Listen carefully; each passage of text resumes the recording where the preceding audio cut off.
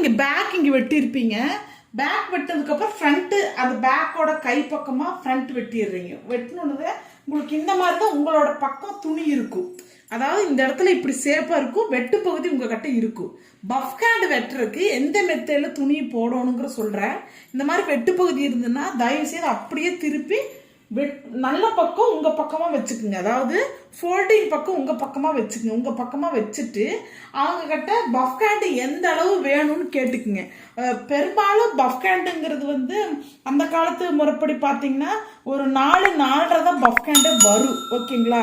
அதில் பார்த்தீங்கன்னா மேலே ஒரு ஆஃப் போயிரு, கீழே ஒரு ஆஃப் போயிரு. அப்போ வந்து 3.5 இன்ச் தான் வந்து உங்களுக்கு பஃப் ஹேண்டே வரும். அப்போ நம்ம என்ன பண்ணலாம், இப்போ இவங்களுக்கு வந்து பஃப் ஹேண்ட் வந்து கொஞ்சம் நல்லா பெருசாக வரணுங்கிட்ட 5 கொடுக்குறோமா. 5னா பார்த்தீங்கன்னா 1/2 இன்ச்சு கீழே மடிச்சு அடிச்சிருவோம், மேலே ஆஃப் போயிடும். அப்போ 4 இன்ச்சுக்கு இவங்களோட பஃப் இருக்கும். ஓகேங்களா? இப்போ பார்த்தீங்கன்னா இந்த பஃப் ஹேண்டுக்கு இங்கே பாருங்க, ஃபோல்டிங் பக்கம் நம்ம பக்கம் இருக்குது. இதை வந்து நாங்கள் அப்படியே திருப்புறோம். இப்படி திருப்பி நல்லா நம்ம இந்த அளவுக்கு வைக்கிறோம். வச்சதுக்கு அப்புறமா பார்க்குறோம் கரெக்டாக நம்ம 4.5 இன்ச்சுக்கு 5க்கு நம்ம கரெக்டாக இது பண்ணி இங்கே நான் 6க்கே மடிச்சிட்டோமா. அதனால் கொஞ்சம் இன்னும் கொஞ்சம் கீழே கொண்டு வரலாம். ஓகேங்களா?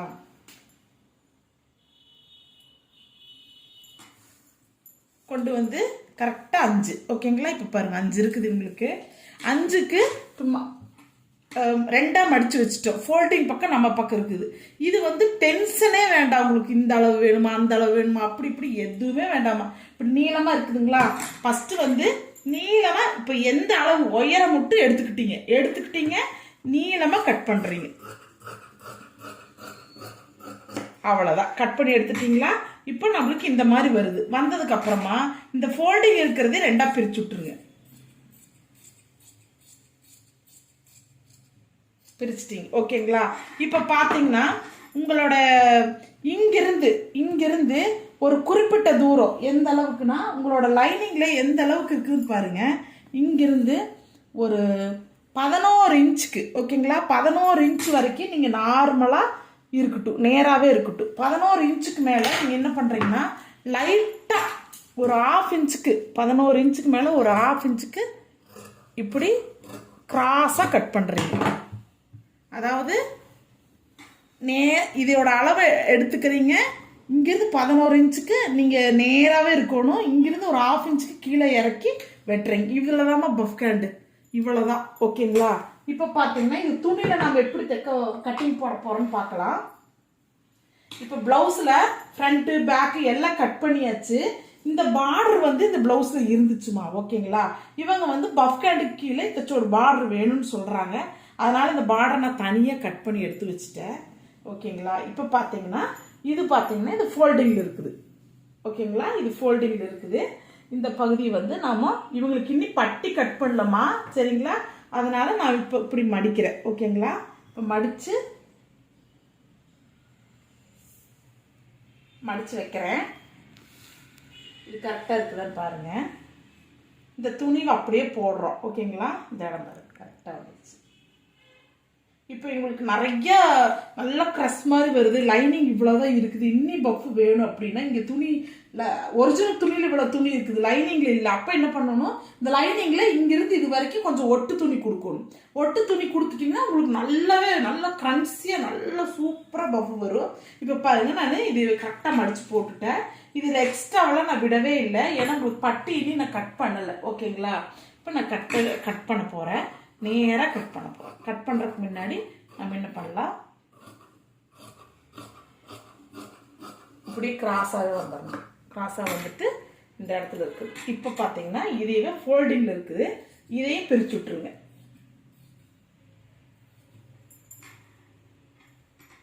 நீங்கள் பஃப் ஹேண்டுனா இப்படி கட் பண்ணுங்க, இதை மெஷர்மெண்ட் பண்ணுங்க, அதை பண்ணுங்க, இதை பண்ணுங்கன்னு ஏகப்பட்ட அளவுகள் எல்லாம் சொல்லி உங்களை வந்து குழப்புன்னு குழப்பறதுக்கு எனக்கு விருப்பம் இல்லைம்மா.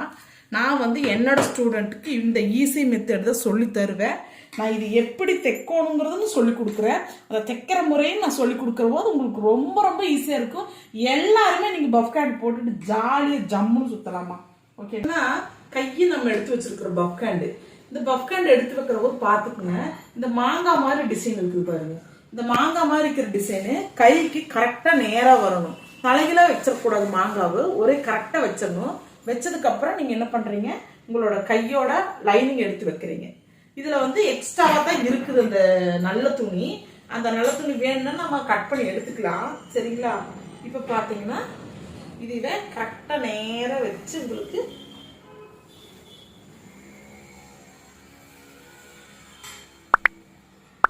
நான் 1/2 இன்ச், ஓகேங்களா? அதே ஒரு 1/2 இன்ச் நான் தைக்க போகிறேன்.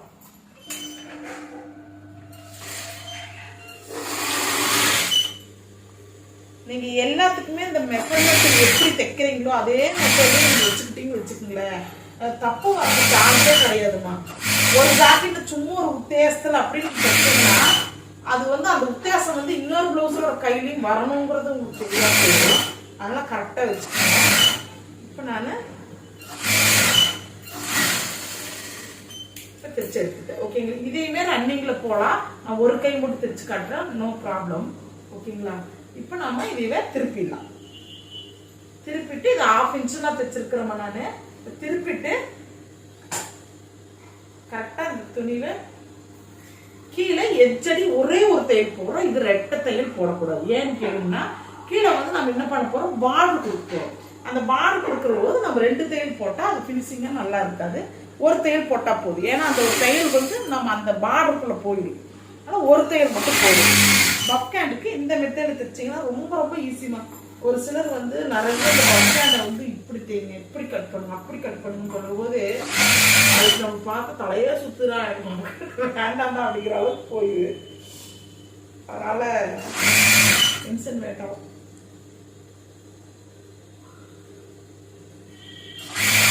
இதுல வந்து உங்களுக்கு ஏதாவது புரியலைன்னா நீங்க கமெண்ட்ல கேளுங்க. உங்களுக்கு நான் நிறைய கமெண்ட்லுக்கு பதில் சொல்ல கடமைப்பட்டிருக்கேன். சரிங்களா?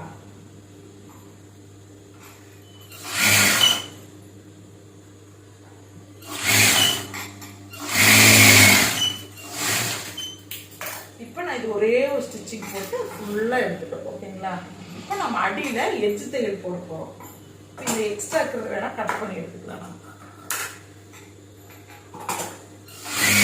எட்ஜ் தையல்னா இந்த மேல வந்து இந்த லைனிங் துணியும் ஒரிஜினல் துணியும் இடம் மாறாம இருக்கிறதுக்காக அந்த மேல ஒரு 2 ஜாயின் பண்ணி தைக்கிற துணி.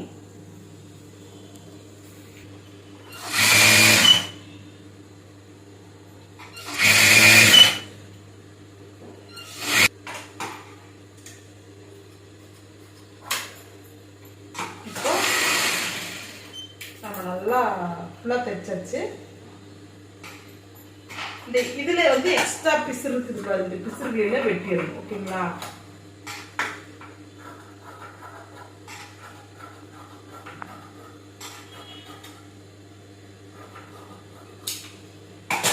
இப்போ பிசுறுகளை வெட்டினதுக்கு அப்புறம் பார்த்தோம்னா நமக்கு இந்த மாதிரி நீளமா இருக்கு. ஓகேங்களா? இந்த நீளமா இருக்கிறத சமமா வச்சு இந்த மேல இருக்குது பாருங்க, இந்த இடத்துல ஒரு நாச்சி வெட்டிக்கிங்க. சமமா இருக்கிற இடத்துல ஒரு நாச்சி வெட்டி. ஓகேங்களா? நாச்சி வெட்டினதுக்கு அப்புறம் நீங்க என்ன பண்ணணும்னா நம்ம இந்த இடத்துல ஒரு ஸ்லாண்டிங்கா ஒரு கட்டிங் போட்டிருப்போம் பாருங்க. ஒரு 1/2 இன்ச்சுக்கு கீழே ஒரு சர்க்கிள் மாதிரி ஒரு கட்டிங் போட்டிருப்போம். ஓகேங்களா? அந்த கட்டிங்க்கு முன்னாடி இருந்து ஒரு 1/2 இன்ச்ல இருந்து ஒரு சாதாரணமான ஒரு மடிப்பு பாருங்க. நான் ஒண்ணுமே பண்ணல, இந்த மடிப்பு சாதாரணமாக தான் வைக்கிறேன். இது வந்து நீங்க ஊசியில வைக்கிறனாலும் வைக்கலாம், ரொம்ப ரொம்ப ஈஸியா இருக்கும். ஊசியிலையும் வச்சு காட்டுறேன் உங்களுக்கு. இந்த மாதிரி ஊசி இருந்தாலும் நீங்க ஊசியிலையும் வைக்கலாம். சரிங்களா?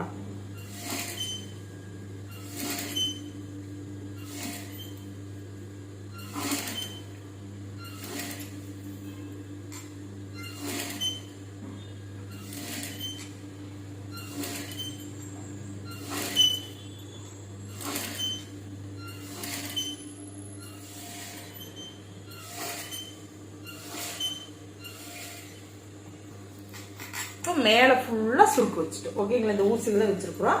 இப்ப கீழே என்ன பண்றோம், அதுக்கு இப்ப நாம வைக்கிற போது இப்படி வச்சுட்டு வந்தாங்களா, இன்னும் இங்க வைக்கிற போது இப்படி வைக்கணும். இப்ப ஆப்போசிட்டுக்கு போயிட்டு ஆப்போசிட்ல வர மாதிரி. ஓகேங்களா? அப்படி வச்சோம்னா தான் நல்லா கிரன்ச்சியா அது மேல அழகா வரும். அதே மாதிரி இந்த கீழே போடுற போது தையல் வந்து ரொம்ப கீழே போடணும். ஓகேங்களா? ரொம்ப எட்ஜில் போடணும். அப்ப நீங்க எட்ஜில் போட்டாதான் அது நம்ம அந்த பார்டர் கொடுக்கறதுக்கு எசவா இருக்கும். ஓகேங்களா? இந்த மாதிரி தைக்கிற போது நம்ம தைச்சு கொடுக்கற போது முதல்ல பாத்தீங்கன்னா நீங்க உங்களுக்கு தேய்ங்க, அப்புறம் உங்க பாப்பாங்க இருந்தாங்கன்னு தேய்ங்க, இல்லை உங்க சிஸ்டர் தான் தேய்ங்க, உங்க அம்மாவுக்கு தேய்ங்க, உங்க மாமியார் தேய்ங்க, இந்த மாதிரி இருக்கிறவங்களுக்கு தேய்ங்க. எடுத்துடுப்புல தைச்சு வெளியில கொடுத்தீங்கன்னா தான் உங்களை நிறைய டிஸ்கரேஜ் பண்ணுவாங்க. அதே சமயத்துல நம்மள முதுகுல குத்துறவங்க வெளியிலிருந்து தான் வருவாங்கன்னு கிடையாதுங்க. நம்ம வீட்டுக்குள்ள நம்ம சொந்தங்களுக்குள்ளேயே முதுகுல குத்துறவங்க ரெடியா தான் உட்காந்துட்டு இருக்கிறாங்க, இருப்பாங்க. ஆனா நீங்க என்ன பண்றீங்க தெரியுங்களா? என்னைக்குமே என்னோட ஒரு என்ன சொல்றது, எனக்கு இருக்கிற ஒரு எப்படி நான் சொல்றது, தன்னைத்தானே நம்ம சொல்லிக்கிற மாதிரி, உலகத்துல யாரையுமே நம்பாத, உன்னை மட்டும் நீ நம்பு அப்படிங்கிற மாதிரி. ஏன்னு நிறைய இடத்துல எனக்கு இது நடந்திருக்குதுங்க. அது நான் அப்பெல்லாம் நான் நினைக்கிறது உனக்கு நீ இருக்கிறது சொல்லுவாங்க. ஏன்னு கேட்டீங்கன்னா என் குழந்தையா இருக்கிற போது துணி ஏகப்பட்டது ஆர்டர் வந்துடும். அந்த துணி ஆர்டர் ஜமாளிக்கிறதுக்கே நம்மளால முடியாது. அப்ப நம்ம வெளியில ஒருத்தர் வேலைக்கு வைக்க முடியாது. ஏன்னா புதுசா நம்ம ஒரு கஸ்டமருக்கு துணி கொடுக்கணும்னு அவங்க நம்ம நம்பி கொடுக்கற போது நம்ம ஒருத்தர்கிட்ட கொடுத்து அவங்க ஏதோ சொதப்பிடுவாங்களோ தப்பா தைச்சிருவாங்களோங்கிறத அவங்க கட்டி கொடுக்க முடியாது. வந்தோடனே அவங்க பார்த்து நீங்க தைக்கல யாரோ தைச்சிருக்கிறாங்கன்றுவாங்க. அதனால என்னைக்குமே தெரிஞ்சுக்குங்க, உங்களால முடியும் அப்படின்னு நினைச்சா ஒரு காரியத்துல இறங்குங்க. அதே சமயத்துல இந்த சமயத்துல என்னோட ஸ்மால் ரிக்வெஸ்ட், ஒரு கடை ஆரம்பிக்க போறீங்க, ஒரு வீட்டை தைக்க போறீங்க அப்படின்னா உங்க சிஸ்டர் இருக்கிறாங்க, எங்க சிஸ்டர் பாதி வேலை செஞ்சிருவாங்க, எங்க அம்மா பாதி வேலை செஞ்சிருவாங்க. இந்த வேலை வீட்டு வேலையை சொல்லுங்க. இந்த வேலை தயவு செய்து ஒரு வேலையை நீங்க எடுத்துக்கிட்டீங்க, தைக்க போறீங்க அப்படின்னா, கடை போட போறீங்கன்னா தைரியமா கடை போடுங்க. அந்த தைரியத்துக்கு முன்னாடி நீங்க உட்கார்ந்து யோசிங்க. கட்டிங் வருமா? பியூரா கட்டிங் நீங்க போடுவீங்களா? ஓகே. ஸ்டிச்சிங் நல்லா பண்ணுவீங்களா? ஓகே, நான் ஸ்டிச்சிங். எம்மிங் பண்ணுவீங்களா? தாஜா எடுப்பீங்களா? ஊக்கு வச்சுக்குவீங்களா? ஓவர்லாக் போடுவீங்களா? இத்தனை உங்களுக்கு தெரிஞ்சால் மட்டுமே தயவு செய்து கடை போடுங்க. என்னோட அனுபவத்துல சொல்றேன். ஏன்னு கேட்டீங்கன்னா சகலகளா வித்தர்களா இருக்கணும். எல்லா விஷயத்தையும் நீங்க கத்துட்டு நீங்க கடை போட்டீங்கன்னா தைரியமா உங்களை யாராலும் அடிச்சுக்க முடியாது. இப்ப வரைக்கும் நான் ஸ்டாண்டர்டா உட்கார்றேன்னா எல்லாமே நான் உறுதி செய்வேன். யாரையுமே நம்பி கிடையாது. ஒரு இடத்துல ஒருத்தர் நம்ம கடை போடலாம், ஒரு 2 பேர்த்த வேலைக்கு வச்சுக்கலாம், நல்ல விஷயம், தப்பு சொல்லல, வச்சுக்கலாம். ஆனா அவங்க எந்த சமயத்துல கழுத்து இருப்பாங்க தெரியுங்களா?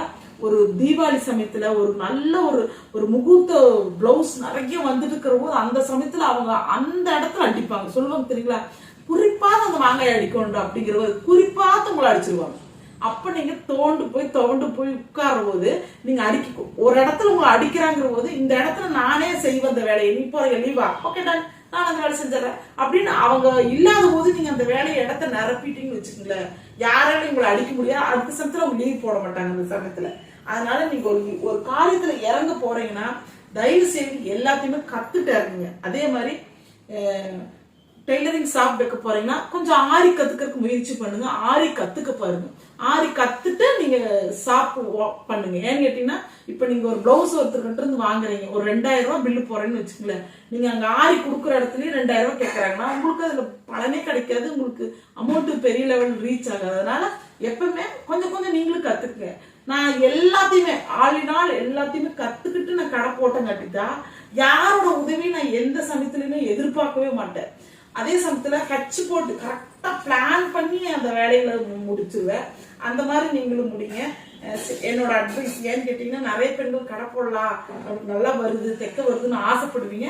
ஆசைப்படுற போது நீங்க அதே சமயத்துல வீட்டுல மாமியா இருக்கிறாங்க, அம்மா இருக்கிறாங்க, குழந்தைகளை பாத்துக்குவாங்கன்னு நினைக்காதீங்க. ஏன்னா அந்த சமயத்துல எனக்கு யாருமே கிடையாது. எங்க அம்மாவோ எங்க மாமியாவோ யாருமே கிடையாது எங்க குழந்தைகளை பாத்துக்கிறதுக்கு.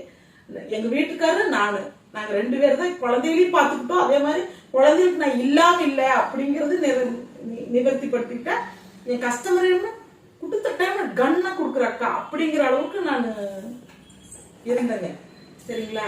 இப்ப பாத்தீங்கன்னா இந்த பார்டர் கீழே வைக்க போறோம். இந்த பார்டரை சமமா எடுத்து 2ஆ கட் பண்ணிட்டேன். கட் பண்ணிட்டு இந்த பகுதி எடுத்து வச்சுட்டேன். இந்த பகுதி இத்தாச்சு ஒரு பார்டர் வேண்டாங்கிறாங்க. அப்ப சின்ன பார்டர் போது இந்த பார்டர் 2ஆ மடிச்சுக்கலாம். இந்த பார்டருக்கு லைனிங் வைக்கலான்ட்டு இருந்த பெரிய பார்டர்னா நம்ம லைனிங் வச்சு திருப்பி அதை வைக்கணும். இவங்க சின்னதா போதும் எனக்கு அப்படின்ட்டாங்க. அதனால நான் சின்ன பார்டரை அப்படியே மடிச்சு லைனிங் உள்ள போட்டா ஹெவி ஆயிடும். அதனால நான் என்ன பண்றேன், லைனிங் போடல. ஓகேங்களா? இப்போ லைனிங் போடாம இந்த டிசைன் பார்க்கணும். இந்த டிசைன் பார்த்தீங்கன்னா இந்த பார்டருக்கு சூட் ஆகுற மாதிரி என்ன அழகா இருக்குதுன்னு பாருங்க. அதை பார்த்தா அதுதான் உள்ள வர மாதிரி கீழே வர மாதிரி வைக்கணும். இப்போ பாருங்க, இந்த இடத்துல இந்த பார்டர் பார்த்தீங்கன்னா அழகா ஒத்த பார்டர் மாதிரி இருக்குது. இந்த பக்கம் திருப்பினீங்கன்னா கொஞ்சம் கொச கொசன்னு இருக்கிற மாதிரி இருக்குது. அப்போ நான் என்ன பண்றேன்னா, எனக்கு இந்த பக்கம் இருக்கிற பார்டர் தான் வேணும். ஓகேங்களா? அப்போ இந்த பார்டரு அந்த கைக்கு கீழே பார்த்தீங்கன்னா ரொம்ப ரொம்ப அழகா இருக்கிற மாதிரி நான் வைக்க போறேன். இப்போ நீங்க என்ன பண்றீங்கன்னா, பார்டரை நல்லா வச்சு ஒரு ஸ்டிச்சிங் போட்டுக்குங்க. ஃபர்ஸ்ட் மேல் தையல் போட்டுக்குங்க. ஏன்னா நகுந்துரும் இல்லாதனால மேல் தையல் போட்டு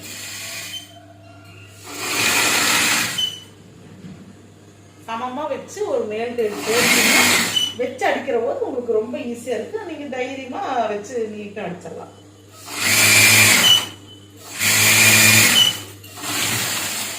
இப்போ நான் அடிச்சுட்டேங்க. அதே சமயத்துல கீழே வந்து ஒரு அடி அடிச்சுக்கங்க. அப்பதான் கொஞ்சம் பட்டையா இருக்கிற மாதிரி இருக்கும். ஆனா இதுக்கு லைனிங் கொடுத்து வச்சுன்னு இன்னும் கொஞ்சம் நல்லா அழகா இருக்கும்.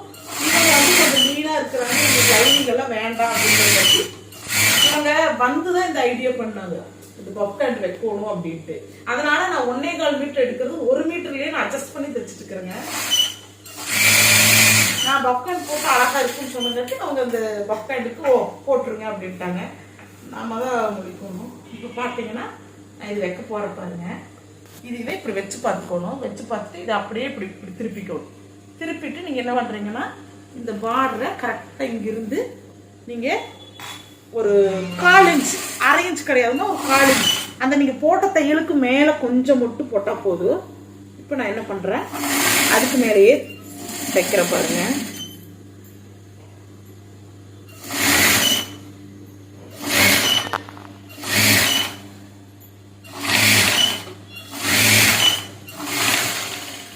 பாருங்க அடிச்சாச்சு. நீங்க வந்து இந்த இடத்துல ஒரு ஓவர்லாக் போடணுமா? சரிங்களா? நான் ஓவர்லாக் போட்டுக்குவேன். ஓவர்லாக் போட்டீங்கன்னா கொஞ்சம் பிசுறு இல்லாம பினிஷிங்கா நீட்டா இருக்கும். இப்ப பாருங்க, ஓவர்லாக் இல்லாதவங்க பிசுறு இல்லாம கட் பண்ணி எடுத்துக்குங்க. சரிங்களா? இப்ப நம்ம இது கட் பண்ணி எடுத்துட்டோம். எடுத்ததுக்கு அப்புறம் பாத்தீங்கன்னா இங்க பாருங்க எவ்வளவு அழகா இருக்குன்னு. இதை வந்து நீங்க என்ன பண்ணணும், இந்த பக்கமா உள் பக்கமா திருப்பி வச்சு இப்படி நல்லா விரிச்சு வச்சு மேல ஒரு தையல் போடுவோம். சரிங்களா? நல்லா பிரஸ் கொடுத்து விரிச்சு வச்சு நீங்க தையல் போடணும்.